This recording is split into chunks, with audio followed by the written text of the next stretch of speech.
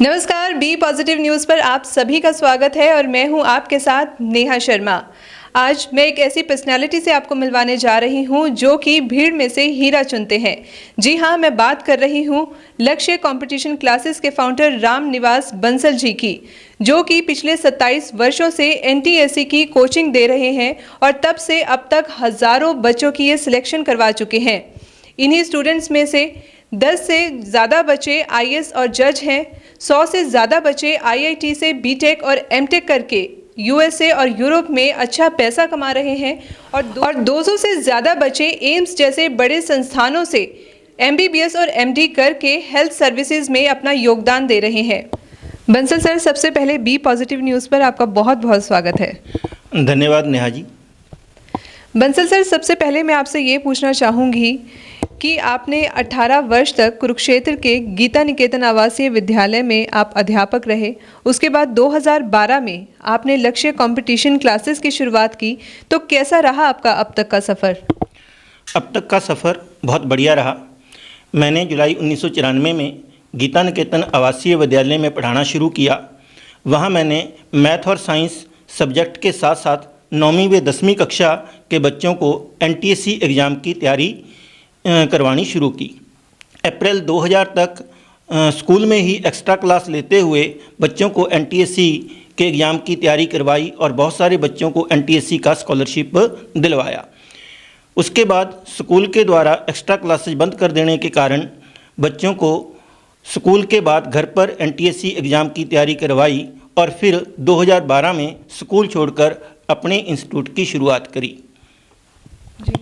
तो बंसल सर, आप 27 वर्षों से लगातार एनटीएससी की कोचिंग आप दे रहे हैं। तो मैं जानना चाहूँगी अपने लिए भी और व्यूअर्स के लिए भी कि एनटीएससी आखिर होता क्या है? NTSC means national talent search exam या राष्ट्रीय प्रतिभा खोज परीक्षा। इस एग्ज़ाम के द्वारा गवर्नमेंट ऑफ इंडिया की तरफ से हर वर्ष 10वीं क्लास के प्रतिभाशाली बच्चों को स्कॉलरशिप दिया जाता है। 2000 बच्चे इसके लिए सिलेक्ट किए जाते हैं और फिर उनको तब तक स्कॉलरशिप दिया जाता है जब तक वो पढ़ते हैं। ये एग्ज़ाम 2 स्टेजेज में होता है, स्टेट लेवल और नेशनल लेवल। हरियाणा स्टेट से स्टेट लेवल के एग्ज़ाम के द्वारा 200 बच्चों को सिलेक्ट किया जाता है जो नेशनल लेवल का एग्ज़ाम देते हैं। तो सर, ये काफ़ी अच्छी बात है कि एनटीएससी स्कॉलरशिप जिसको मिलती है तो उस स्टूडेंट के लिए काफ़ी हेल्प हो जाती है आगे स्टडी के लिए। तो बंसल सर, मैं आपसे ये पूछना चाहूँगी कि आपने एनटीएससी की ही कोचिंग देनी क्यों शुरू की? एनटीएससी की स्पेशलाइज्ड कोचिंग का पूरे हरियाणा में मेरा ये अकेला इंस्टीट्यूट है। एनटीएससी की तैयारी का मतलब है स्ट्रॉन्ग फाउंडेशन की गारंटी, और यदि बच्चे की फाउंडेशन स्ट्रॉन्ग हो तो फिर उसे आप IAS officer, doctor, engineer, CA या जज कुछ भी बना सकते हैं। इसका दूसरा कारण ये रहा कि बड़ी क्लासेज में तो बच्चे को मार्गदर्शन प्राप्त करने के लिए बहुत सारे ऑप्शन होते हैं, परंतु छठी से 10वीं क्लास के बच्चों के लिए मार्गदर्शन प्राप्त करने का ज़्यादा ऑप्शन ना होने के कारण से वो रट्टू तोता बन जाते हैं और उनकी प्रॉब्लम्स पर सही ढंग से सोचने की क्षमता विकसित नहीं हो पाती। ऐसे बच्चों को सही ढंग से सोचना सिखाने के लिए और सही मार्गदर्शन देने के लिए एनटीएससी की तैयारी करना बहुत ज़रूरी है। तो बंसल सर, जैसा कि आपने बताया कि एनटीएससी की कोचिंग की शुरुआत आपने ही की, कुरुक्षेत्र में ही नहीं बल्कि हरियाणा में ही सिर्फ आपका है सेंटर जिसमें आप एनटीएससी की कोचिंग दे रहे हैं। तो ये कुरुक्षेत्र के लिए बड़े गौरव की बात है। एक बात आपने कही थी स्ट्रॉन्ग फाउंडेशन की, तो मैं आपसे ये पूछना चाहूँगी कि आपके हिसाब से एक बच्चे की अच्छी पढ़ाई के लिए कब से स्ट्रॉन्ग फाउंडेशन बनती है? 6th या 7th क्लास से। इससे पहले बच्चों के ऊपर पढ़ाई का प्रेशर डालना उनके बचपन के साथ अन्याय है, क्योंकि इससे पहले बच्चे प्रॉब्लम पर ठीक ढंग से सोच नहीं सकते। 6th क्लास में भी ज़्यादा जोर मैथमेटिक्स पर दिया जाना चाहिए और 7th क्लास से सभी सब्जेक्ट्स पर। बड़ी क्लासेस जैसे कि 11th और 12th में जाकर बच्चे की फाउंडेशन को स्ट्रॉन्ग नहीं किया जा सकता। तो बंसल सर, आखिरी सवाल मैं आपसे करना चाहूँगी कि कुछ ऐसे बच्चों के आपको नाम याद होंगे जिन्होंने आपसे एनटीएससी की कोचिंग ली और उसके बाद उन्होंने काफ़ी अच्छा मुकाम हासिल किया, तो साझा करना चाहेंगे उन बच्चों के नाम? बिल्कुल।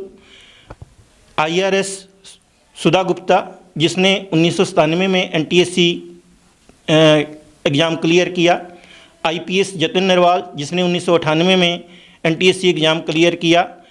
IAS Tejaswini Rana, doctor single के बेटे मयंक और शशांक, डॉक्टर पवन गोयल जी की बेटी पल्लवी गोयल और मृणाल, आशीर्वाद नर्सिंग होम के डॉक्टर प्रदीप गुप्ता के बेटे पारस गुप्ता और लड़की वसुधा, डॉक्टर सुभाष गर्ग की बेटी नेहा गर्ग और बेटा रोहित, डॉक्टर अतुल अरोड़ा की दोनों बेटियां शुभांगी और अनन्या, एक्शन SS डुल के दोनों बेटे साहिल और सक्षम, राजेंद्र चौहान के दोनों बेटे